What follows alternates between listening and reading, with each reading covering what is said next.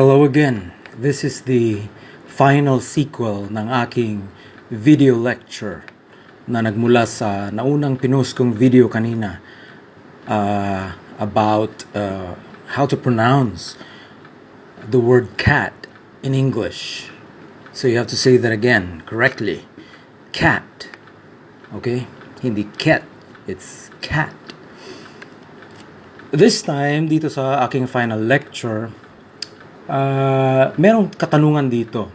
Should every letter be pronounced in English? Lahat ba ng titik na matatagpuan sa isang salita ay kailangang bigkasin sa English? Sa Filipino, ang sagot ay oo. Yes, we have some Filipino words here like aso, pusa, kanto, kaldero. If you pronounce any of these words, you would notice na sa bawat titik that comprises these words, each of these words, ay meron siyang tunog na kakambal. In other languages such as English, and not just English but in some other languages like French din, hindi ibig sabihin na may titik or may letra, there has to be a corresponding sound. Kasi kanina dun sa naunang video lecture that I posted, meron ako nabanggit as I was explaining how to pronounce the word cat. Ang sabi ko na yung word na cat is composed of 3 letters and each of the letters has its corresponding phonemic representation. Pero nabanggit ko din sa explanation ko na may 3 letters comprising the word cat and incidentally o nagkataon na 3 din yung phonemes that you need to pronounce in order to produce the word cat or pronounce the word cat. 3 din yung phonemes na involved, 3 letra. Pero ang sabi ko, nagkataon lang yon. Kaya ko sinabi na nagkataon because that's not always the case. Hindi siya katulad ng Filipino na kapag may letra, there's some moral responsibility to pronounce it. Not so in English. Hindi ganon. So, in some languages, like English and French, they can afford the luxury of putting letters into words na hindi din naman nila ipopronounce. Yeah, like these letters are silent letters.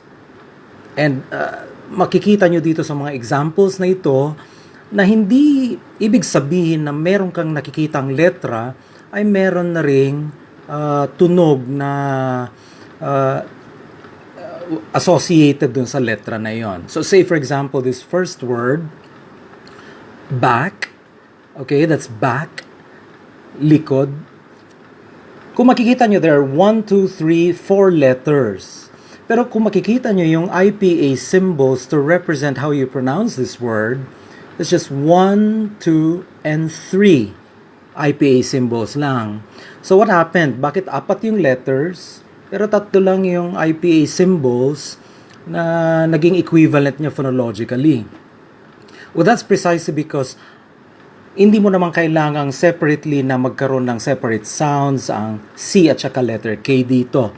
There's a letter C and a letter K there.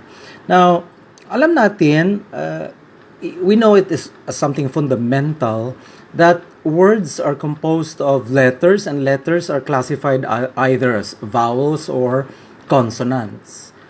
In English, when you talk about linguistics sa English, depende sa konteksto kung paano mo gagamitin yung salitang vowel or consonant.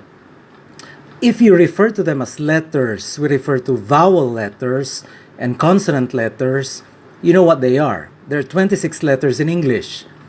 Tama? 26 letters in English. Is it 26 or 27? So, I think I remember there are 26 letters in English.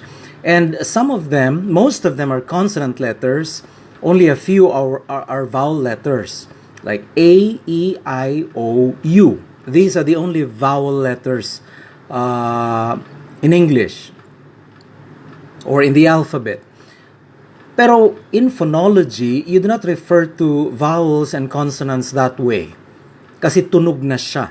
So we refer to vowel phonemes and consonant phonemes. These are segmentals, so vowel sounds and consonant sounds. Hindi ibig sabihin na vowel yung letter or consonant yung letter, dapat it should correspond to a consonant sound as well. Like for example, the letter W is a consonant letter. Pero kung gagamitin mo yung W in a word, such as the word word, hindi na siya consonant sound. It's actually pronounced as a vowel sound, even if the letter is actually consonant. So, letter Y would be a consonant sound, a consonant letter, pero in some words, it is actually pronounced as a vowel sound. Such as, for example, you say yearn, Y-E-A-R-N, yearn. You're pronouncing the Y there as a vowel sound. Hindi na siya, even if it is a consonant letter.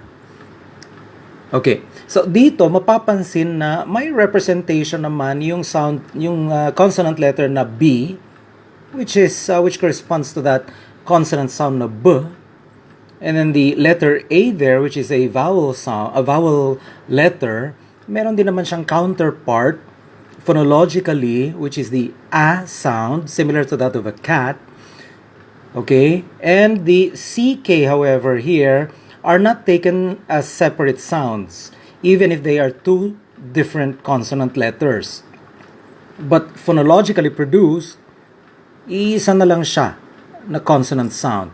And the combination of these two just produces one single sound, which is the K sound. So, back. There. Ganon din yung mga ibang words dito like Schindler.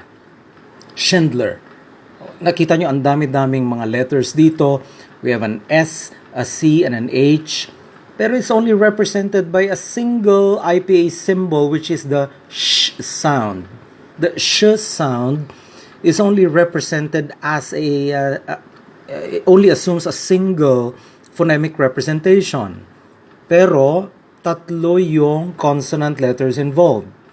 But just one IPA symbol to represent the sound that these consonant letters actually produce. Schindler. And then the next one is pour. Okay, pour. When it rains, it pours. So, OU here, dalawa yung vowel letters, but it's just represented anyway by a single phonemic sound, which is the O sound, pour. Okay, there. Well, it depends on your version of the IPA symbols. May mga charting ng IPA that would consider the O sound as a single phonemic representation. May mga charts din ng IPA that relegates the O sound like a diphthong. Yeah, it's like a diphthong. So, kasi combination daw siya ng O at saka U. So, O there. So, it depends on which IPA chart you're using. Pero, syempre, depende na rin yan sa exposure mo. I'm more exposed to the IPA chart na O is just taken as a single phonemic representation. Distinguished from those of the diphthongs like oi and other diphthongs. So that's it. So dalawa yung vowel letters, but when you produce the sound, iisa na lang siya. Iisang vowel sound na lang siya. Dito we have this word pour. We have a letter E at the end of the word. That's a vowel letter. Pero as you can see, doon sa phonological production niya, the letter E does not have any phonological equivalent. In other words, hindi siya pinopronounce. It's not pronounced. You don't say pore. Yeah, it's pour. There. So, English-speaking people, English communities have the luxury of putting letters in their words na wala namang gamit. And it quite makes sense na itong mga countries na ito with these kind of languages like the French people, English-speaking people actually belong to first world countries yung mga mayayaman na mga countries, and so they can just waste letters for nothing na hindi naman ipopronounce, but they still constitute the spelling of words, and yet they can waste it. Hindi katulad natin mga Filipino na kapag may letra, ilalagay mo din lang naman yung letra sa isang word, gamitin. I-pronounce na lang, bigkasin. Sayang eh. O diba? Like, our ordinary practices. Yung manok nga, halos lahat ng parte ng manok may gamit. Kung pwede, lahat pwedeng kainin para walang sayang. The way we figure out the rules in our language as well, if we pronounce Filipino words, Tagalog words, each letter ay dapat bigkasin. Kasi sayang naman kung maglalagay ka ng letra na wala din namang equivalent na bigkas. Okay, other words here na examples would be psychology. Psychology, pero may letter P doon. So, ano pang ginagawa ng letter P dyan? Hindi naman siya na-pronounce. It's just psychology. There. Or anchor. Anchor. Like the case of poor, you don't pronounce the E there. Anchor.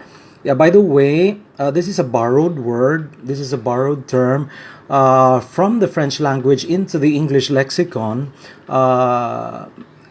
Salitang hiram din nila ito. Anchor. Yeah, the letter E there is kind of weird kasi usually letter E's are pronounced as pero in this case it is pronounced as anchor. Like other borrowed words into the English language katulad ng entourage and what else? Anchor, entourage, entrepreneur. So these words of letter E sa umpisa nila that are actually pronounced as letter, it's like they're letter A kasi that's how confusing sometimes kung paano mag-pronounce ang mga English words or words that are borrowed into English from other languages like French. So that makes sense na yung word na cat, nagkataon lang na tatlo yung letters niya at tatlo din yung phonemes there. But it doesn't have to be like that always. Na kung ilan yung letters na bibilang mo, you would expect also na ganun din ang bilang ng mga phonemes that would constitute a particular phone. No. Sometimes it could be less than that. Kasi that's just how it is sa English language.